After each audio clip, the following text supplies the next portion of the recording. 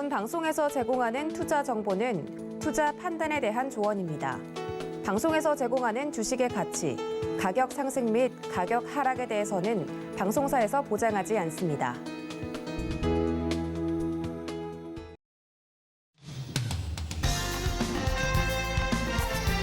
시청자 여러분 안녕하십니까. 서울경제TV 서정덕입니다. 오늘 특집 방송 준비했습니다. 센 라이브 포럼, 불안한 증시 언제까지라는 주제로 이야기를 해볼 텐데요. 최근에 미국 연준의 금리 인상 등 초강력 진축이 이어지고 있습니다. 또 러시아, 우크라이나 사태 등 지정학적 리스크까지 있고요. 다양한 이런 외부적인 악재로 국내 증시가 2,700선 수준에서 머무르고 있고요. 지금도 2,729선에서 지수가 움직이고 있는 상황입니다. 작년 연말부터 안 좋아졌기 때문에 올해는 좀 나아지겠지라는 투자자들의 기대감이 있었는데 이 기대감이 지금 불안으로 바뀌고요. 국내 증시의 투자자들 이탈 조짐도 심심치 않게 보이고 있는 상황입니다. 자, 그렇다면 불안한 증시 속의 투자자들은 어떤 방향성을 가져가야 좋을까요? 자, 특집 방송에서 증권사의 리서치 센터장 분들을 모시고 심도 있는 이야기 나눠보도록 하겠습니다. 자, 먼저 윤지호 이베스트 투자증권 리서치 센터장을 화면으로 만나보시죠.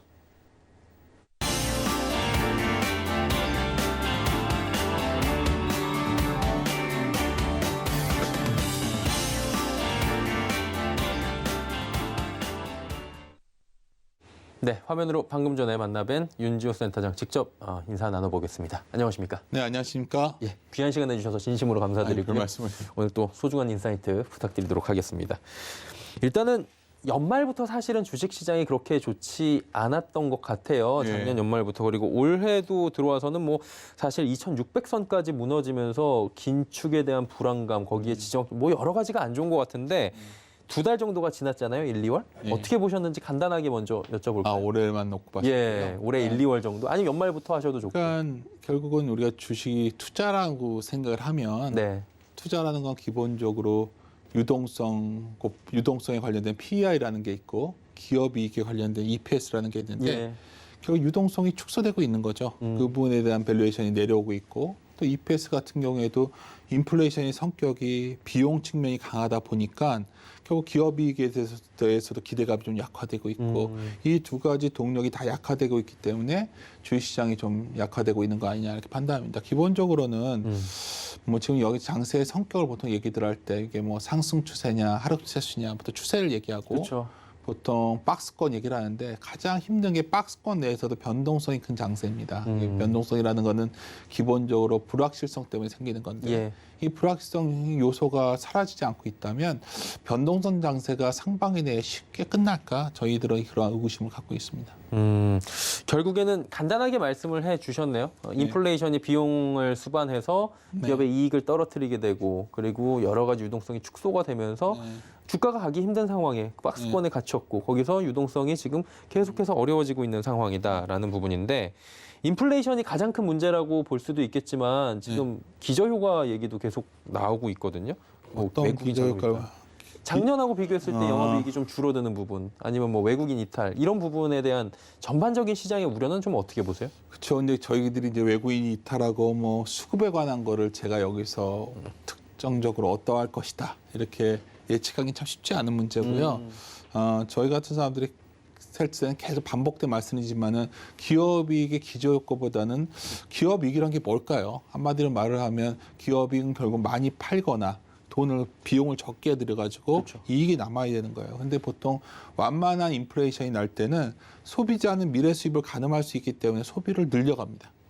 그리고 기업가는 완만한 인플레이션 할 때는 투자를 늘려가지고 어떤 투자의 이후에 어떤 성과를 노리가 되죠. 근데 지금 문제는 인플레이션의 성격이 공급망이라든가 여러 수요 요인보다는 코스트적 요인이 크다 보니까 다시 반복된 말씀이지만 이게 우리 예측하기가 참 힘든 거거든요. 그러다 보니까 이제 힘들어졌고요. 또 하나는 이게 결국 또 하나는 올해 굉장히 중요한 게 우리나라보다 미국의 중간 선거가 10월에 있어요. 그러면 최근에 바이든 대통령의 지지율을 보면 계속 떨어지는데 장바구니 물가가 계속 올라가면서 떨어진 거거든요. 그러면 바이든 대통령이나 연준 입장에서 어떻게 할까요? 무슨 수를 써서라도 물가를 잡으려고 할 겁니다.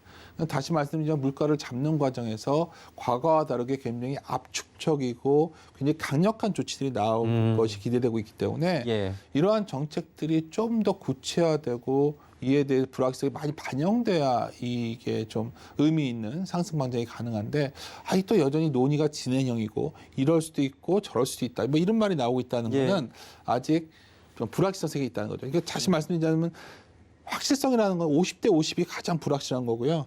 51대 49만 돼도 약간의 확실성의 세계로 가는 겁니다. 근데 제가 보기에는 아직까지 통화 정책 전환의 불확실성이 여전하다. 그래서 시장이 뭐 여러 가지 우크라이나 이슈부터 이런 얘기를 하고 있지만 사실 이 문제에 대해서 어느 정도 가닥이 잡기 전까지는 변동성 장세가 지속될 수밖에 없지 않나 다시 한번 그렇게 말씀드릴 수 있겠네요. 결국에는 정해진 게 없기 때문에 핑계 삼아서 우크라 사태도 나오는 거고 여러 가지가 나오면서 증시에 여러 가지 변동성을 수반을 한다라고 보면 되는 거잖아요. 그렇죠. 그러니까 우리나라가 이제 글로벌 경기에 많이 연동되다 보니까 예. 뭐 큰 사이클 말고 소순한 사이클로 볼 때도 예. 경기 선행 지수가 글로벌 경기 선행 지수가 계속 작년 7월부터 내려오고 내려오죠. 있거든요. 예.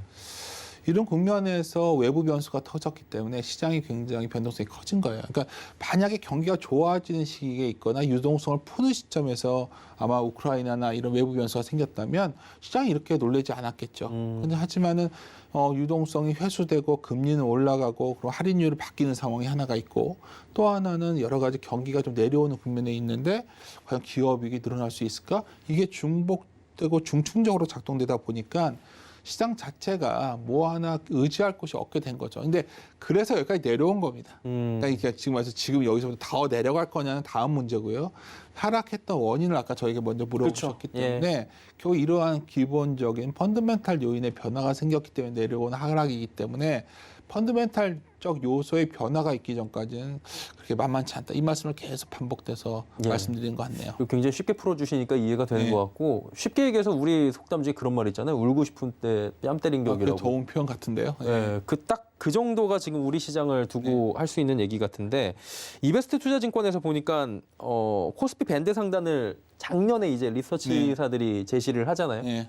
하단을 가장 낮게 제시를 하셨고 센터장님이시니까 그 상단을 좀 낮게 제시하는 예, 상단을 같이 낮게 제시하셨네요. 보니까 어떻게 보세요? 지금 2분기부터의 흐름도 그냥 계속해서 조금 비슷하게 컨센서스를 보시는지 궁금하네요. 그러니까 지금 이제 저희들이 이제 원래 상단으로 제시했던 게 3,150 정도였는데 LG 에너지 솔루션이 시총에 들어왔기 때문에 예. 그냥 100포인트 정도는 더 낮춰야 됩니다. 자동적으로. 그러니까 뭐 올라가봤자 3,000, 2,900에 3,000인 것 같고 내려가면 한 2,500에서 2,600 정도. 근데 사실 이 정도면 굉장히 박스권이면서 변동성이 큰 장세겠죠. 근데 이제 문제는 그럼 언제가 되면 좀 의미 있게 상승을 볼 수 있을까? 많은 분들이 일본의 우라가미 군이오의 주식시장의 사계절을 얘기를 많이 하시는데 예. 사실 그렇게 봤을 때 가장 중요한 실적 장세가 어쩔 때 나왔냐는 거죠. 실적 장세라는. 실적 장세라는 기본적으로 실적에 대한 기대 수준이 매우 높을 때 나왔던 게 아니에요. 오히려 실적 장세는 이만큼 실적이 잘 나올까 하는데 그보다 더 잘 나올 때 실적 서프라이즈라는 게 나오면서 올라가는 거거든요. 근데 여기서 이제 그렇게 말씀을 드렸기 때문에 그런 중요한 게 있죠. 실적 서프라이즈가 나오기 위해서는 우리나라의 애널리스트의 추정치들 뭐 다들 우리가 쫓아가면서 후행질을 할 수밖에 없습니다. 예. 누구의 잘잘못의 문제가 아니에요. 근데 이제 추정치들이 지금 어느 정도 레벨일까를 좀 우리가 가늠해야 됩니다. 네네. 근데 여기서 우리가 생각을 단순화시켜 생각해 보면 오늘 우리가 2월 20일까지의 무역 수지가 나왔는데 적자였죠. 적자죠. 예. 이제 적자 규모가 늘어났죠. 그러면 생각해 보죠. 수출이라는 거는 기업이 파는 매출이라고 볼 수 있고 그렇죠. 수입이라는 거는 결국 원가라고 볼 수 있죠. 비용이라고 볼 수 있죠. 그 뺀 게 무역 수지인데 하여튼 일시적이건 어떻게 했던 간에 원유 등 여러 가지 비용이 올라와서 무역 수지 적자폭이 커지고 있습니다. 그럼 당연히 기업 이익도 좀 약해져야 맞는데 제가 그림을 혹시 보여드리고 있는데요. 그 그림 예. 보시면은 무역 수지는 적자폭이 커지고 있는데 이익은 계속 늘어나는 걸로 나오죠. 그렇다면 아마도 제 생각에는 현재 이익을 우리가 기대하고 있는 수준이 좀 높게 보고 있는 거 아니냐. 아까 처음으로 돌아가서 실적 장세로 전환하기 위해서는 좀 이익에 대한 기대 수준이 좀 낮아져야 되는데 예. 그런 상황에 아직 이르지 못했다. 그래서 저는 반등이 있더라도 어떤 기술적 반등의 성격이지 이게 어떤 펀드멘탈한 추세를 추세적은 되돌린 아니다. 반등의 가능성은 매우 희박하다. 저는 이렇게 판단합니다. 이게 실적이라는 게 그냥 무작정 잘 나오는 게 아니라 눈높이가 있고 거기에 맞춰가지고 서프라이즈가 좀 나와줘야 되는 건데 그 부분을 지금 접점을 찾기가 좀 그러니까 어려운 상황이다. 주식이라는 거는 예. 미래 가치를 현재화해서 보잖아요. 그쵸. 그래서 금리가 중요해지는 거고 결국 그랬을 때 가장 중요한 거는 결국은 기대값, 익스펙테이션이라는 거예요. 모든 경제라는 것도 그렇고 모든 것들이 기대보다 잘 나오냐, 기대보다 안 나오냐. 우리는 미래의 기대값을 거래하는 거지 지금 과거를 거래하는 게 아니잖아요. 그쵸. 현재를 거래하는 게 아니기 때문에 그런 측면에서 본다면 결국 우리가 찾고자 하는 거는 지금 기대값의 수준이 어느 정도인가를 좀 가늠해야 되는데 좀 기대가 좋아질 게 앞으로 보이는데도 기대가 낮을 때가 있는데 전혀 그런 모습은 보이지 않기 때문에 좀 아쉽지만 아직까지 좀 자신 있게 주식 비중을 늘릴 시점은 아니다. 저는 이렇게 판단하고 있습니다. 예.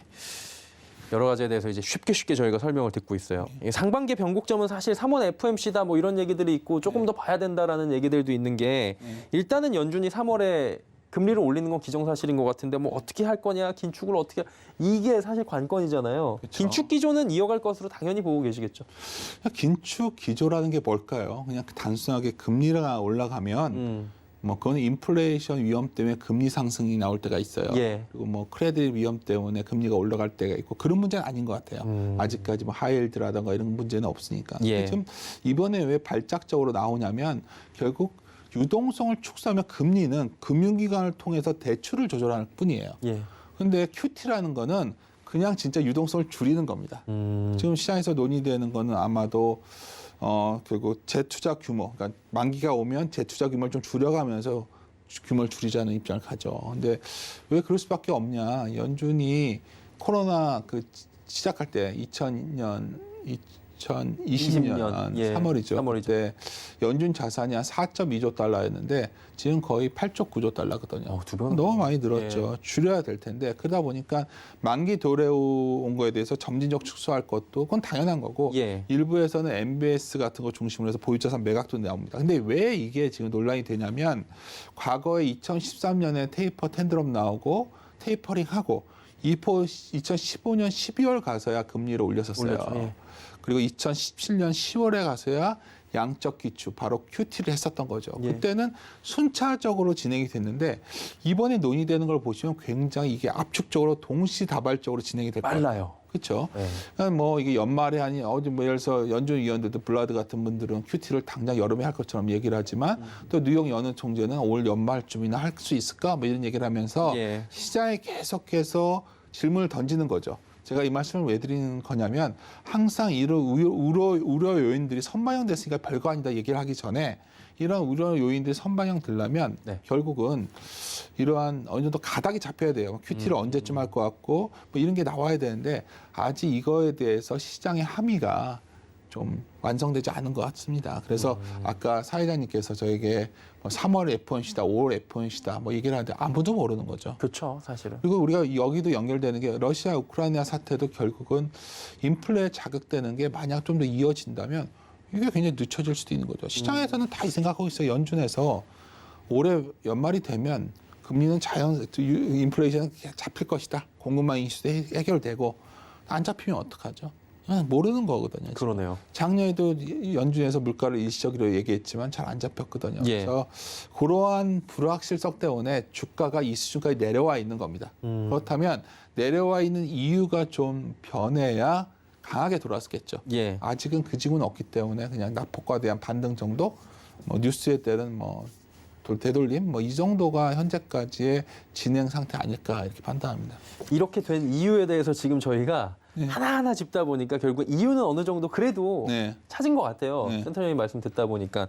그러면 이유가 변화된, 어떻게 보면 바보 같은 질문일 수도 있는데 이유가 변화된다면 한마디로 긴축 강도가 지금 계속 세질 거라고 사람들은 네. 예측을 하면서 불확실성에 대해서 적응을 하고 있는데 이 부분에 대해서 아까 말씀해 주셨다시피 인플레이션이 연말 되면은 점차 나아질 거라는 생각. 이게 조금 더 빨라져서 가령 여름 정도의 인플레가 조금씩 잡혀나가서 긴축 강도를 조금 느슨하게 해주지 않을까. 이렇게 된다면 시장은 좀 나아지지 않을까라는 막연한 기대를 할 수도 있거든요. 이런 부분은 어때요? 우리가 지금 소위 인플레이션 성격이 뭐냐가 중요한데 네. 결국 좀 한 개만 변수를 본다면 유가가 잡혀야겠죠. 유가요? 최근에 보면은 결국 유가가 좀 진정되면 예를 들어서 이란과의 협상이 좀 미국이 진전되면서 유가가 좀 안정되긴 그렇죠. 했잖아요. 예. 그런 걸 굉장히 호재로 반응하는 것은 타당한 논리입니다. 예. 그리고 말씀드리지만 또 하나는 긴축을 해서 유가가 잡히면 하반기에 물가가 잡히겠죠. 그러네요. 그렇죠. 그게 굉장히 중요한 변수가 될 것 같고요. 또 하나 환율도 중요합니다. 우리나라가 좀 경기가 이렇게 좀 약화되는 시기가 있고 전체적으로 할 때 원화가 보통 약해지거든요. 예. 또 미국의 금리가 올릴 때 미국으로 자금이 몰리는 성격이기 때문에 그럼 미국이 원달러 기준으로 1,230원, 뭐 20원 이 정도 가주면 예. 또 뭐 거기서부터는 또 수출주가 돌 수 있거든요. 예. 왜 그러냐면 우리나라의 수출지 대표적인 게 뭐 자동차라던가 반도체 이런 것들이 힘을 받을 수 있는 시점이 그때가 될 수가 있어요. 그래서 제가 이제 뭐 이렇게 복잡한 얘기를 말씀을 드리지만 일반 투자자분들이 많이 들으실 것 같아서 단순화시켜서 정말 유가가 잡힐 것이냐.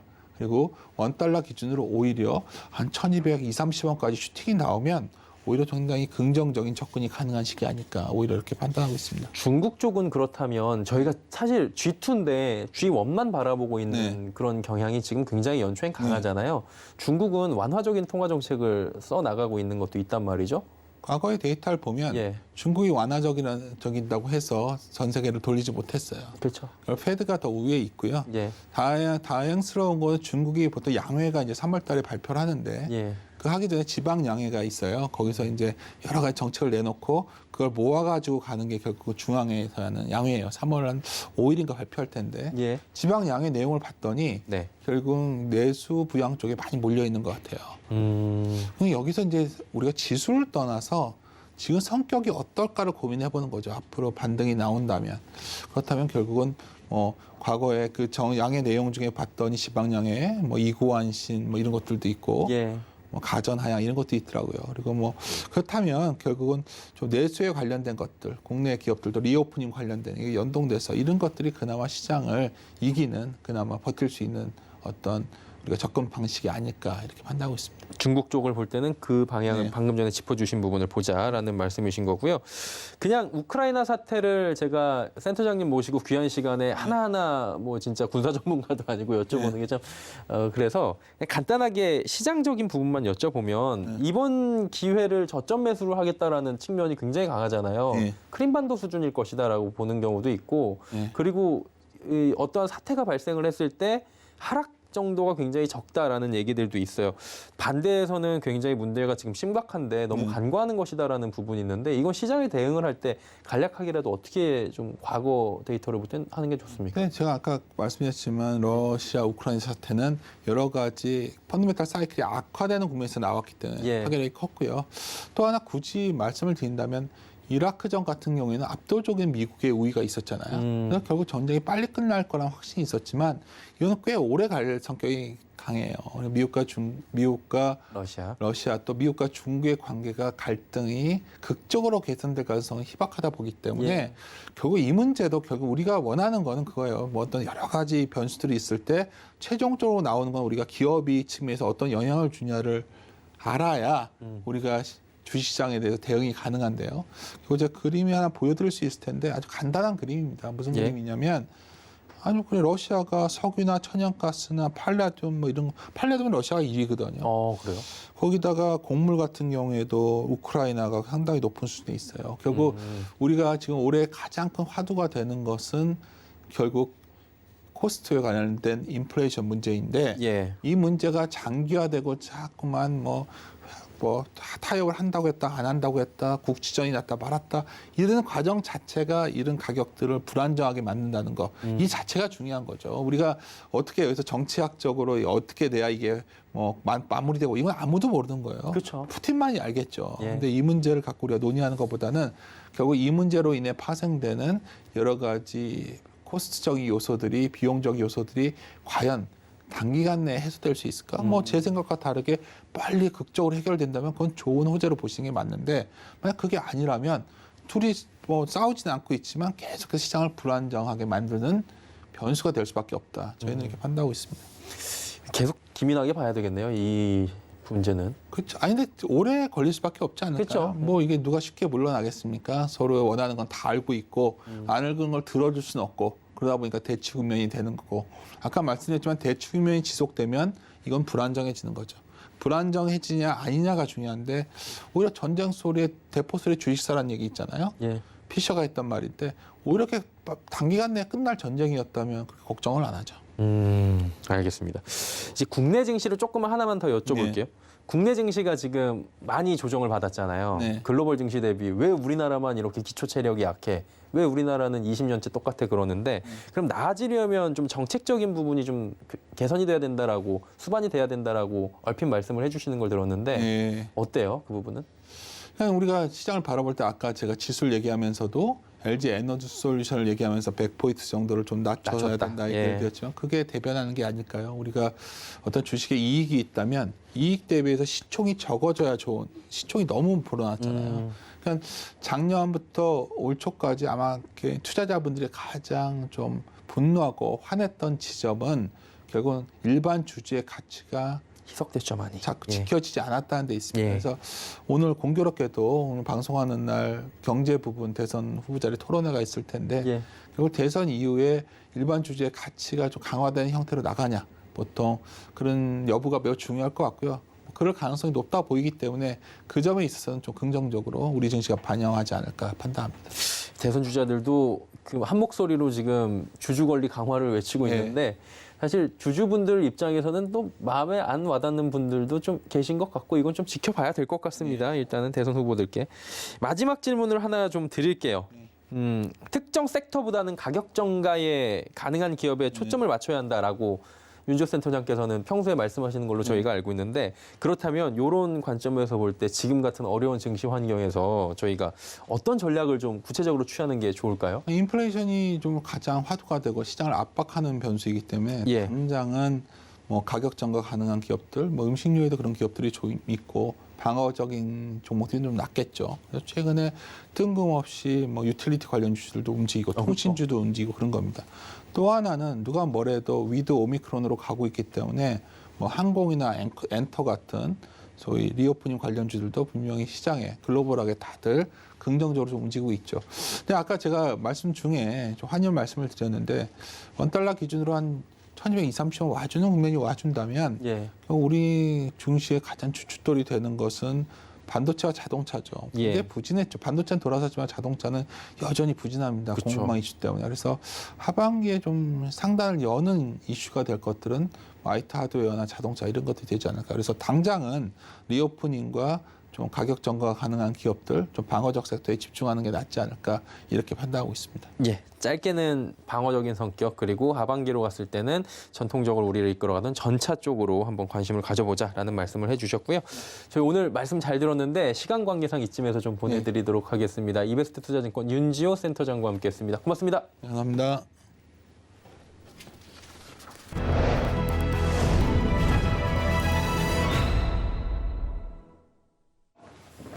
자, 서울경제TV 특집방송 센 라이브 포럼 함께하고 계십니다. 지금 지수가 1229포인트 정도 크게 움직임은 없네요. 대응 방향성 저희가 모색을 하고 있고요. 좀 거시적인 관점에서 말씀드리고 있습니다.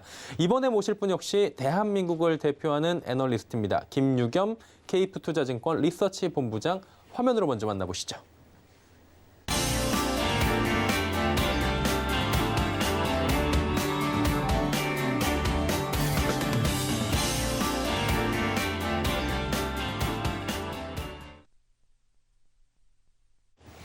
네, 본부장님 직접 모시고 저희가 이야기를 나눠보도록 하겠습니다. 김유겸 본부장이십니다. 안녕하십니까? 네, 안녕하세요. 네, 처음 뵙겠습니다. 네, 반갑습니다. 귀한 시간 내주셔서 감사드리고 네, 감사합니다. 오늘 또 소중한 인사이트를 저희 시청자분들께 주시길 바랍니다. 네, 그러니까 비슷한 질문이에요. 조금 전에 윤지호 센터장께도 드렸던 질문과 김유겸 센터장께 드리는 질문은 첫 번째 질문은 비슷할 것 같습니다. 1, 2월에 참 지금 2월이긴 한데 쉬운 날이 거의 없었던 것 같아요. 투자자분들이 제 주변에서도 언제 나아지냐 저한테도 물어볼 정도면 많이 들으셨을 텐데 1, 2월 어떻게 보셨어요? 네, 악재가 좀 겹치고 겹쳤다 이렇게 말씀을 드릴 수 있을 것 같습니다. 예. 당초부터 대부분의 투자자들이나 전문가들 예상했던 것처럼 1, 2월은 저도 좀 어렵지 않겠는가라고 생각은 하고 있었는데 예상보다도 좀 더 어려웠는데요. 예. 기본적으로 연준이 이제 통화 정책을 바꾸면서 12월 FOMC 의사록이 공개가 되면서 우려감이 좀 많이 커졌던 부분들이 있었고 거기에다가 이제 계속되는 이제 물가와 관련된 지표들 이제 그런 것들이 좀 악재로 작용을 했습니다. 거기다가 적어도 이제 1월 중순까지 정도는 오미크론에 대한 부담감들도 좀 크게 작용을 했었고요. 거기에 이제 결정적 결정타가 러시아의 우크라이나 침공 가능성 이런 것들이 좀 크게 작용을 했었고 또 1월에는 저희도 아시다시피 국내 증시 수급 문제가 좀 발생을 했습니다. 엔솔 문제. 네, 맞습니다. 예. 네, 그런 부분들이 수급의 악재까지 좀 더해지면서 상당히 좋지 않았던 것 같습니다. 여담이긴 한데 리서치 센터에 계시다 보니까 LG에너지솔루션 보실 때 저희보다 더 민감하게 보실 수도 있으셨을 것 같은데 이 정도까지 수급을 빨아들였던 블랙홀 같은 종목이 있었나요, 과거에? 없었던 것 같습니다. 제가 기억하기로는 이제 없었던 것 같고요. 특히나 이 좋지 않았던 부분들은 해당 시기가 참 타이밍이 좋지 않았던 것 같아요. 네, 뭐 회사로서는 어쩔지 모르겠지만 지금 전체 증시 입장에서 봤을 때는 참 타이밍이 좋지 않았던 것 같습니다. 작년 이맘때 분위기 좋았는데 이때 했으면 어땠을까라는 개인적인 바람도 좀. 네, 아마 저희들 바람도 그랬을 거고요. 이후에 주가 흐름만 봐도 해당 회사에 있어서 아마 그랬을 것 같습니다. 그렇습니다. 예, 이제 다음 질문인데 국내 증시가 참 재미없게 움직인다라는 얘기들 그리고 아니 PER이나 PBR 대비해서 이렇게까지 빠져야 돼라는 얘기들을 보였잖아요. 유독 우리나라만 이렇게 매를 심하게 맞은 이유를 어떻게 보십니까? 요거를 좀 나눠서 볼 필요가 있을 것 같습니다. 일단 그 전고점 대비로 놓고 본다면 좀 유독이 많이 빠진 측면이 있는데요. 하지만 작년 말, 지난해 말 기준 대비로 놓고 본다면 하락폭이 사실 그렇게 두드러지진 않았습니다. 예를 들면은 연초 이후부터 지난주까지의 낙폭을 본다고 하면요. 코스피와 S&P 500 기준이 대략 8에서 9% 정도이고 비슷하게 빠졌나 봐요. 네, 코스닥과 나스닥은 또 13에서 15% 정도입니다. 이렇게 놓고 본다면 대략 낙폭이 비슷하니까 결국 한국이 연초 이후에 주가가 하락했던 측면들은 아무래도 미국의 상황이 한국에 그대로 전이된 측면이 좀 크다고 볼 수가 있겠습니다. 뭐 물론 그것은 연준의 통화 정책의 변경에 따른 것, 그다음에 또 연초 이후에 미국의 경기 회복 속도가 연말 연초에는 성장 전망들이 다 떨어지면서 미국의 경기 회복 속도가 떨어질 것이다. 이런 전망들이 있었고 그 전망이 나오고 난 직후에 또 기업 실적들이 공개가 되었는데 상당히 이제 불안하게들 많이 바라보고 있죠. 결과는 상당히 좋지만 이게 피크가 지난 게 아닐까라는 이제 우려들이 우려가 있구나. 그렇습니다. 그런 것들이 겹쳐지면서 조정의 이유가 좀 됐다고 볼 수가 있고요. 우리나라가 이제 다른 나라에 비해서 좀 유난히 많이 떨어졌다는 측면들은 지난 7월 이후에 하반기서부터 바라보면 그런 측면이 좀 있죠. 근데 그런 부분들은 아무래도 중국이란 나라의 경기 하강이라는 것이 작용을 좀 했을 것 같아요. 우리나라는 아무래도 수출이 중심이 되다 보니까 경제 구조에서 좀 낙폭이 컸던 것을 좀 찾아야 될 것 같습니다. 아무래도 그 작년 중국 이후의 사태에 또 글로벌 경기 전망, 성장 전망이 IMF를 계속 낮추다 보니까 한국에서도 점점 좀 어려워지지 않겠는가라는 게 있었고 거기다가 국내적으로도 오미크론이 강력하게 덮쳐오는 상황 이런 것들이 조금 더 심리적으로도 악재로 작용을 했고 결정적으로 1월 하반에는 LG에너지솔루션 상장 문제가 또 수급을 빨아들이는 이벤트가 되면서 국내적인 수급 문제도 만들어냈다 이렇게 볼 수 있겠습니다. 개인 자금 사실 다 가져갔고 여담이긴 하지만 연기금 자금이 여기 지금 다 들어가 있고 어마무시한 것 같습니다. 그렇습니다. 시총 2위, 3위가 느닷없이 등장을 했다는 것은 상상도 못할 일이었죠. 사실은. 그러면서 이제 이익이 결국에는 코스피 전체 이익이 떨어지다 보니까 뭐 포드 가이던스도 많이 내려왔다는 얘기들도 있고 지금 여러 가지가 안 좋은데 쉽게 말씀해 주신 부분을 잠깐 중간 정리를 해보자면은 중국이 우리나라는 좀 안 좋아가지고 영향을 받고 작년 하반기에 먼저 매를 맞고 여기서 미국에 대한 부분 그리고 국내 증시 오미크론 이런 부분들이 지금 안 좋았다라는 이런 여러 가지 순차적인 문제인 건데요. 결국에는 이제 긴축에 대한 우려가 지금은 우리 시장에 굉장히 자리를 불안하게 잡고 있는 거잖아요. 인플레이션 뭐 그리고 0.5% 금리 인상 이런 부분들 얘기 나오고 있는 건데 경계감이 어떻게 과하다고 보세요? 아니면은 이 정도는 뭐 당연하다고 보시는 겁니까? 네, 현재로서는 경계하고 있는 부분이 타당하다 이렇게 볼 수는 있습니다. 그것을 이제 반영해가고 있는 과정이고요. 향후의 전망이 어떨지는 좀 다른 부분이 되겠는데 타당하다고 보는 근거는 일단 미국의 물가 상승률이 2개월 연속 7%가 넘습니다. 물론 기준치가 조금 다르기는 하지만 미국의 물가 목표치는 2%이거든요. 근데 그런 측면에서는 연준이 일시적으로 감내하겠다고 했지만 레벨이 너무 높은 수준이고요. 그렇기 때문에 정책 우려가 증가하는 것은 당연하다고 볼 수가 있겠습니다. 거기다가 이제 지난 1월 달에 FOMC 이후에 8호 의장이 기자들의 연이은 질문에도 불구하고 50bp 인상 가능성을 배제하지를 않았거든요. 그렇죠. 이제 그런 부분들이 시장에 불안감들을 주고 있고 또한 1월 달에 의사결정에 보면 QT 그러니까 양적 긴축에 대한 논의도 구체화되기 시작했습니다. 아마 큰 원칙만 1월 달에 발표를 했고요. 아마 3월 FOMC에서 조금 더 구체적으로 세부적인 사안들이 공개가 될 거니까 이제는 그동안은 돈을 풀다가 이제는 돈을 줄이는 상태로 진행되다 보니까 금리 인상의 안정 긴축까지 지금 더해진 그런 상황입니다. 그렇다 보니까 시장은 이제 빅스텝으로 과거에는 베이비 스텝으로 가다가 이제 빅스텝으로 가는 거 아니냐는 우려에다가 이제 돈도 빨아들일 거라는 우려감이 있다 보니 좀 시장은 좀 긴축적인 마찰적인 충격을 이제 겪고 있다고 볼 수가 있겠습니다. 그런 측면에서는 지금까지의 흐름이 조금 당연하다고 볼 수가 있겠고요. 근데 앞으로도 계속 그럴 것이냐는 두 가지 지표를 봐야겠죠. 이제 소비자 물가와 고용 지표를 같이 봐야 되겠습니다. 미국의 이제 연준이 바라보는 고용 지표는 굉장히 좋았습니다. 1월 달에는 엄청난 서프라이즈가 났고요. 민간 부문에서 발표하는 것과 정반대의 데이터가 고용부에서 발표가 됐습니다. 거기다가 11월 달, 12월 달도 대폭 상향 조정이 되었고요.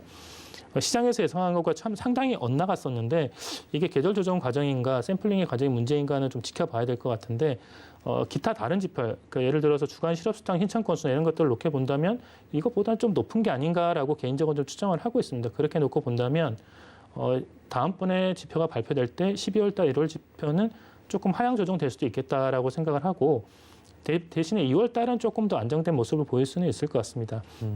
전체적으로 고용이 이제 괜찮다는 것은 유지가 되겠으나 서프라이즈 정도는 좀 하향 조정될 것 같다. 거기다가 물가 지표를 놓고 본다면 1월 달은 굉장히 높았지만 완전 피크였죠. 네, 그렇습니다. 게다가 전월 대비 상승폭이 둔화될 걸로 봤지만 그렇지도 않았거든요. 9배가 나오고. 맞습니다. 그 보면은 하지만 2월 달에는 중고차 가격이나 렌트비 이런 것들이 1월 중순 이후부터는 조금씩 둔화되는 흐름들이 나타나고 있었거든요. 그렇게 된다면 여전히 레벨은 높겠지만 전월 대비 상승폭은 좀 줄어들 수 있지 않을까. 시장은 그걸 기다리고 있다는 것이죠. 이제는 물가 상승폭이 떨어지지 않을까라 기다리고 있기 때문에 그런 부분들이 3월 초에 데이터들이 발표가 되면서 시장을 조금 안도시키는 역할을 할 것 같다. 그러면 연준도 물론 이 데이터를 기다리고 있거든요. 그렇게 놓고 본다면 3월 FOMC는 시장이 우려하는 쇼킹한 서프라이즈가 발표되기보다는 오히려 시장에서 향후에 전망을 할 수 있는 좀 안도감을 줄 만한 이벤트가 되지 않을까라고 보고 있습니다. 오히려 불확실성을 제거시킬 수 있는 줄여주는 역할을 할 것이다. 랠리가 될 수도 있다라. 사실 뭐 소비자 물가 지수가 지금 7%대를 나오고 있는데 이게 다음 달 됐다고 뭐 3%로 바로 갈 수는 없는 노릇이잖아요. 그렇습니다. 전월 대비해서 어느 정도까지 기대치를 충족시키고 더 줄어드느냐 이 부분이 지금 중요하다는 말씀인 거고요. 일단 우크라이나 사태로 좀 여쭤보도록 하겠습니다. 러시아 우크라이나 사태가 결국에는 국제유가 가격 올리고 천연가스 가격 올리고 원자재 가격 올리면서 긴축 강화 빌미 제공하는 거 아니냐라는 얘기들, 스태그플레이션 얘기도 나오는데 이거는 어디까지나 맞는 얘기라고 보시겠죠? 네, 상당히 좀 일리가 있는 얘기고요. 좀 개인적으로 가장 경계하는 단어를 언급을 하셨는데, 스태그플레이션. 그 부분에 대한 우려를 하지 않을 수가 없는 국면입니다. 1월 달에 미국 소비 데이터가 굉장히 좋기는 했습니다만은 그것도 의외였거든요. 그러나 시장이 2월 달에 워낙 불안정했었기 때문에 1월 달에 좋았던 베이스 이펙트와 불안정한 2월 금융시장 상황이나 정세나 이런 것들을 고려를 해본다면 2월 달에 소비 데이터가 좀 둔화될 가능성들이 있습니다. 그럴 때 물가가 높고 소비 데이터가 둔화된다면 스태그플레이션에 대한 언급들이 좀 나올 수가 있다는 점은 시장이 좀 악재라고 볼 수가 있겠고요. 기본적으로 우크라이나가 아무래도 농산물에 대한 익스포저가 크고 또 러시아는 천연가스라든지 석유에 대한 것들이 상당히 크죠. 만약에 이란과의 문제가 잘 풀린다면 조금 완화시켜줄 수는 있겠지만 러시아하고 이란은 현재 산유량이나 수출 면에서 비교가 되지 않는 수준이기 때문에 러시아가 훨씬 크다는 거죠? 그렇습니다. 2배 이상이 훨씬 더 되고 있기 때문에 이란이 훨씬 증산을 한다 하더라도 시간은 좀 걸릴 것이고요. 그런 면에서 이거 타협을 보지 않으면 쌍방간의 큰 출혈을 겪을 수밖에 없습니다. 근데 하지만 이게 문제는 저희가 이제 물가를 볼 때 코스트 푸시, 비용이 견인하는 것이 있고 디맨드 푸시, 수요가 견인하는 것이 있는데 지금 말씀하신 부분들은 우크라이나 사태 같은 경우는 아무래도 비용이 이끄는 코스트 푸시입니다. 이 경우에는 중앙은행들이 사실 별로 할 수 있는 것이 없습니다. 네, 그렇게 한 측면에서 중앙은행이 그 코스트 푸시로 인해서 이런 정치적인 문제로 인해서 비용이 증가해서 물가가 많이 올라간다고 중앙은행이 그걸 다 흡수할 수는 없다는 측면에서 뭐 위험도가 있기는 하나 그걸 온전히 중앙은행이 다 가져갈 것이다. 이렇게 예상하는 것은 좀 과하다 볼 수 있겠습니다. 하나만 더 여쭤볼게요. 지정학적 리스크가 지금 사실은 뭐 윤주호 센터장도 말씀을 해줬고 김의겸 센터장께서도 지금 오늘 내일 끝날 것처럼 보시진 않을 것 같아요. 그러면 이제 가격 급등이나 아니면 가격 등락이 계속될 텐데 관련 투자 그러다 보니까 지금이라도 들어가야 되는 거 아니야? 이렇게 궁금해하시는 분들 계시거든요. 이거 어떻게 괜찮은 그 해안일까요? 아무래도 시장에서 이 원자재 가격들이 급등을 하고 있다 보니까 시장이 다 이런 쪽에 이제 관심을 가지고 그쵸. 기사들이 예. 노출이 되다 보니까 투자자 입장에서는 너도나도 막 관심을 그래요. 가질 수밖에 없습니다. 예. 뭐 일부 투자 기관의 유가를 뭐 대부분이 150불. 100불 이상 보고 120불, 150불 경쟁적으로 지금 예. 높여가고 있는 상황이거든요. 기본적으로 지금 원자재 가격들의 상승이 금방 끝날 것 같지는 않습니다. 그런 측면에서 주가 상승을 보고 투자한다. 내가 공격적인 투자 성향을 갖고 있고 단기적인 투자를 생각한다면 뭐 룸은 열려 있다고 볼 수가 있겠습니다. 하지만 원자재 가격이라는 것이 워낙 변동성이 좀 심하고 이런 이 펀더멘탈이라든지 단순 수급만으로는 결정되지는 않거든요. 예. 게다가 이게 정치적인 상황과 연계되어 있다는 측면에서 누구도 예상하기가 힘들다는 것이죠. 이제 그런 것들을 고려를 해보면 저는 이제 개인적으로는 평상시에도 그런 얘기들 말씀 많이 드리는데요. 저희가 안정적인 경기 상태에서는 투자를 해볼 수가 있겠습니다. 전망도 해볼 수가 있을 것이 경기가 좋아지니까 수요가 늘 것이고 이런 면에서 원자재까지 상승할 예. 것이라고 볼 수 있겠지만 이미 시장이 정치적인 사안, 비경제적인 사안들이 많이 반영이 되어 있고 그에 따라 움직이고 있기 때문에 예. 개인 투자자 입장에서는 조심스럽게 접근하는 것을 주로 이제 권하고 있습니다. 그 여담이긴 하지만 많은 분들이 전문가분들 그렇게 말씀하시더라고요. 원자재는 예측하는 게 아니다. 예측의 영역이 절대 아니다라고 해주시긴 했는데 그래서 조심스럽게 또 이런 뭐 비정상적 상황에서는 말씀해 주시는 것 같고요. 네, 뭐 저는 개인적으로는 환율도 굉장히 어려운데 환율보다 더 어려운 것이 원자재 시장인 것 같습니다. 비슷한 말씀을 또 이제 센터장님께서도 겸손하게 해주고 계신 것 같고요. 그러면 인플레 만약에 이거는 항상 가정이긴 하지만 인플레 만약에 여름 정도에 좀 생각보다 빠르게 좀 잡혀간다고 가정을 해보면 긴축강도 만약에 풀어주면 증시가 갑자기 좀 분위기가 좋아지는 변동성이 좀 잦아드는 그런 부분도 기대를 좀 해봐도 되는 겁니까? 네, 물론입니다. 충분히 가능하고요. 예. 개인적으로는 저는 아무래도 지금 오미크론이 확산되어 있기 때문에 사람들이 위드 코로나에 대한 기대감들이 좀 아직까지 높지는 않습니다. 네네. 그 부분들이 위드 코로나에서 업종을 찾는 아이디어로서 위드 코로나를 접근을 하고 있지만 조금 더 매크로 측면에서 놓고 본다면 결국 오미크론과 위드 코로나가 진행이 된다면 노동자들이 현장으로 복귀하고 경제 봉쇄 정책들이 완화가 된다고 한다면 원자재 가격이라든지 운임료라든지 이런 것들이 낮아질 가능성이 큽니다. 이제 이런 부분들이 각국 중앙은행이나 정부들이 예측하는 바와 같이 물가의 상승폭도를 좀 많이 떨어뜨릴 것 같고요. 일반적으로 많이 주장하시는 데 비해서는 조금 더 물가 상승 속도, 하락 속도가 상승폭이 조금 더 빨리 떨어질 것으로 보는 쪽입니다. 생각보다 위드 코로나 진행이 빨리 진행이 되고 있기 때문에 그래서 이제 물가 상승 속도를 떨어뜨리면서 시장에 조금 긍정적으로 작용을 할 것으로 보이고요. 지금이 조금 제일 어려운 국면을 통과하고 있지 않나 그렇게 생각하고 있습니다. 예. 그리고 조금 전에 이제 언급을 해주신 공급망 이슈가 지금 굉장히 화두잖아요. 이게 생각보다 잘 해결이 안 되네요. 뭐 연초면 해결이 된다라고 했는데 3분기 갔다가 지금 4분기 얘기도 나오고 있고 반도체 관련주들, 뭐 자동차도 마찬가지인데 공급망 이슈는 좀 어떻게 심플하게 보는 게 좋을까요? 완화는 되겠지만 업종별로 산업별로 좀 차별화가 있을 것이고요. 네, 거기다가 기본적으로 큰 틀에서 놓고 본다 금방 해결하기는 어렵습니다. 우리가 예를 들어서 이 석유가 지금 부족하다고 해서 증산을 하겠다. 그렇다고 금방 증산이 되는 것은 아니거든요. 예. 기본적으로 산유국들은 여력이 있어서 가능은 하겠지만 메이저 산유국들이 아닌 경우에는 여력이 없는 곳에서 금방 증산하기는 어렵습니다. 예. 예를 들어서 미국 같은 경우에도 유가가 이렇게 높아졌음에도 불구하고 석유 기업들이 그렇게 많이 증산하지 않겠다. 이 보수적인 태도를 취하고 있거든요. 현재 예. 유가에서도 5% 이상 가져가기는 어렵다. 이런 거기 때문에 이 기본적으로 산업별로 좀 격차는 있을 것 같고요. 조금 더 이제 해운이라든지 이런 쪽에서는 완화될 수는 있겠지만 업종별 격차가 클 것이다. 거기다가 반도체 같은 경우에도 자동차 차량용 반도체에 대한 관심들은 높지만 예. 실은 마진이 더 높은 것은 앞에 있는 것들이거든요. 그러니까 안 만들더라고요. 맞습니다. 그러니까 반도체 회사들은 앞에 것들을 마진이 높은 걸 먼저 해소시키고 나서 그 다음에 자동차로 진행이 될 겁니다. 그런 면에서는 반도체 가격은 이제 고공행진을 이어갈 가능성이 크죠. 그런 면에서 순수 반도체 기업들은 좋을 것이고요. 반면에 자동차와 같은 그걸 받아서 써야 되는 기업들은 조금 더 시간이 필요할 것 같다. 이렇게 말씀드릴 수 있겠습니다. 그냥 이제 산업별로 일괄적으로 공급망이 해소, 그래서 모든 게 끝나 이렇게 보기는 올해 내로도 굉장히 차별화가 계속 이루어질 수 있다. 그럼 네. 거기에 맞춰서 투자를 좀 해야 되겠네요. 네, 그렇습니다. 예. 그럼 이제 리오프닝 바로 여쭤보도록 하겠습니다. 이게 풍토병 얘기가 4월에 될 것이다 이런 얘기들도 나오고 있고 위드 오미크론이라는 또 신조어가 최근에 나오고 있잖아요. 그러다 보니까 오늘도 보면은 지금 어떤지 모르겠는데 하이트진로 같은 경우에는 뭐 계속해서 고공행진을 하고 있고 뭐 미리 상승한 부분도 사실 좀 있긴 한데 아직도 올라갈 룸은 있다고 보시는 전문가분들이나 아니면 저희 리서치 보고서도 나오고 있거든요. 리오프닝 관련주들은 어떻게 지금 보는 게 좋습니까?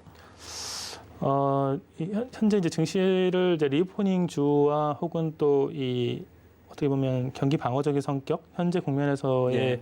특징, 인플레이션을 반영하는 것 이런 것들을 이제 고려를 해야 되는데 네네. 음식료 같은 경우는 위드 코로나의 수혜주도 될 수가 있을 것이고 그 전에는 사실 인플레이션을 전가를 시키고 있는 기업들 산업군이라고 할 수가 있습니다. 예. 지금 주류 가격들이 일제히 또 인상이 되고 있지 않습니까? 7.9% 소주가 6,000원이라고 합니다. 그렇습니다. 예. 오랜만에 인상이 되고 있기는 하지만 상당히 예. 큰 폭으로 진행이 되고 그것들은 이제 기본적으로 보면 가격을 소비자들한테 전이를 시키는 것이거든요. 기업 입장에서 당연히 긍정적으로 기업의 이익 측면을 볼 수가 있는 것이고 기본적으로는 그 4월 달 정도의 위드 코로나로 진행될 것이다. 이렇게 토착병화, 풍토병화 될 것이다라고 하고 있는데 이미 미국과 유럽은 조금 더 빨리 진행이 되고 있습니다. 미국은 이제 특정 이제 하와이 정도만 빼놓고는 다 마스크도 이제 벗는 쪽으로 진행이 네네. 되고 있거든요.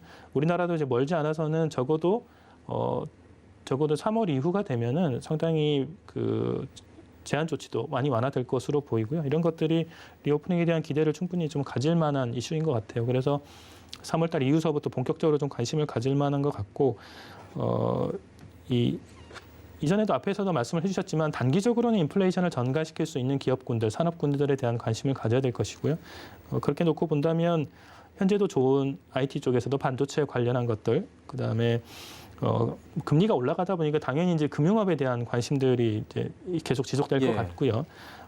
음식료도 기본적으로 인플레이션 전가 기업 산업군이 될 것 같고, 그 밖에는 조금 더 시차가 있을 수는 있겠습니다만 관심을 갖고 이제 기다려야 되는 부분들은 아무래도 앞으로도 대외 활동들이 증가할 것이다 이렇게 가능할 것이다라고 생각해 보면 그동안 워낙 오래 힘들었던 화장품 같은 산업군들, 예. 그 다음에 이제 그 엔터테인먼트와 관련된 것들, 공연 관련된. 그렇습니다. 예. 그런 것들에도 관심을 차츰 순차적으로 가지면 좋을 것 같습니다. 다음 달에 방탄소년단이 콘서트 한다고 그러니까 하이브 주가가 엄청나게 올라가는 네, 그런 모습들도 지금 나타나요. 네, 워낙 그 아까 모두에 말씀하셨지만 네.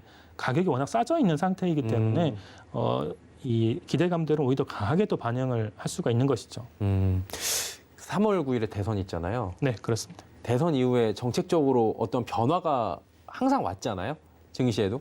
그게 3월이면은 5월에 이제 인수위가 끝나게 되고 대통령이 실제로 취임을 하게 되고 그럼 저희가 통상적으로 볼 때는 한 두 달씩 당선자가 나오고 두 달씩 이렇게 보거든요. 봐왔던 것 같은데 제 기억에는 어떻게 그럼 올해 가시적으로 저희가 봐야 되는 대선 이후에 그런 정책적인 변화의 그 포인트 같은 게 있습니까 혹시? 대선 후보들마다 다르겠습니다만은 예.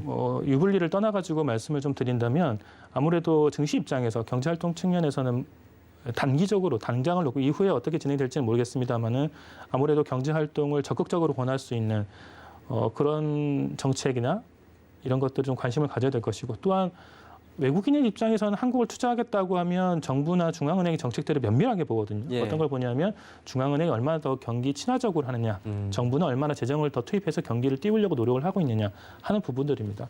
그런 측면에서 외국인들이 한국을 바라보고 결국은 그 정책적으로 얼마나 경기나 산업들, 신선산업들을 얼마나 진작을 시키려고 노력하느냐, 그 규모는 얼마냐 이런 것에 좀 관심을 가질 겁니다. 또 하나는 이제 중국 간 외교 간의 문제에 있어서도 마찰은 얼마나 없느냐, 원만하냐 이런 것들도 관심을 가지면서 그냥 외국인 입장에서는 아주 단순하죠. 전 나라에 투자를 해서 돈을 벌 수 있느냐, 없느냐? 아느냐 그렇게 봤을 때 정책들은 어떻게 가야 되느냐 그렇게 바라보면 아주 단순한 문제가 될 겁니다.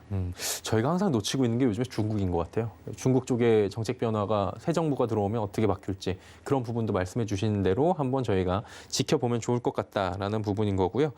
그러면 이제 2022년 국내 증시를 대비해야 할 리스크 요인을 한 가지만 꼽아달라고 하면 너무 이건 잔인한 질문 같고 3월부터 꽤 남았어요. 아직도 9월까지. 근데 뭐 한 1년 지난 것 같다 하시는 투자자분들이 많기 때문에 올해를 좀 어떻게 효율적으로 넘기면 좋을까라는 그런 부분에 대해서 좀 한 말씀 해주신다면 어떨까요?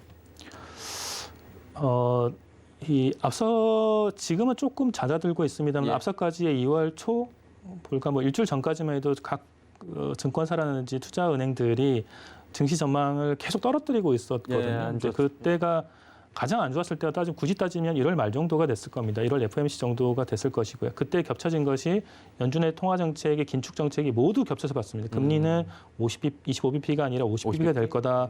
거기다가 또 QT까지 진행할 거다. 그것도 상반기에 할 거다. 이런 얘기를 했지만 지난번에 파월 의장이 시장이 인식하고 있는 것은 연간 4, 5회 금리 인상이고 하반기 정도에 QT를 시작하는 걸로 보고 있는 것 같다. 대략 7월 정도.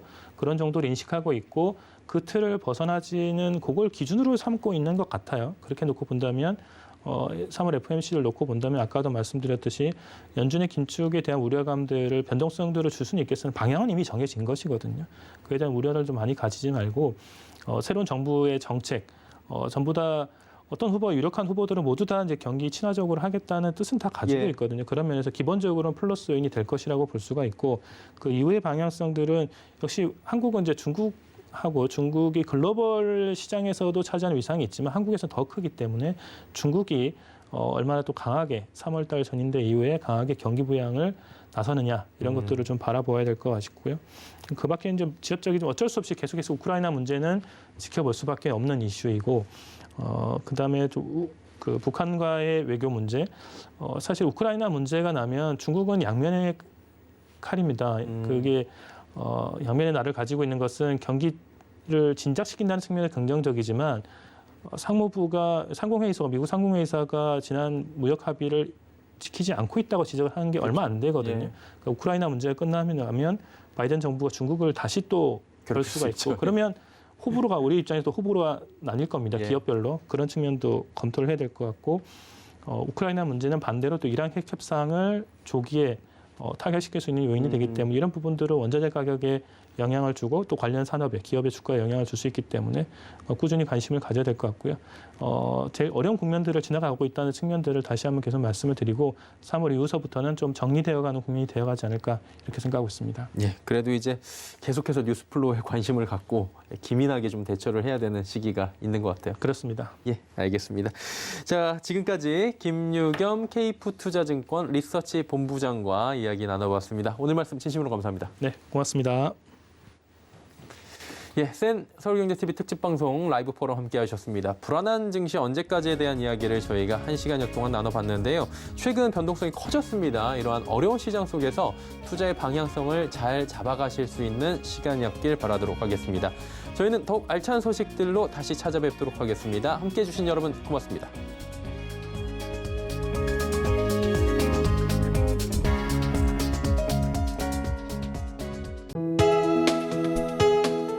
본 방송에서 제공하는 투자 정보는 투자 판단에 대한 조언입니다. 방송에서 제공하는 주식의 가치, 가격 상승 및 가격 하락에 대해서는 방송사에서 보장하지 않습니다.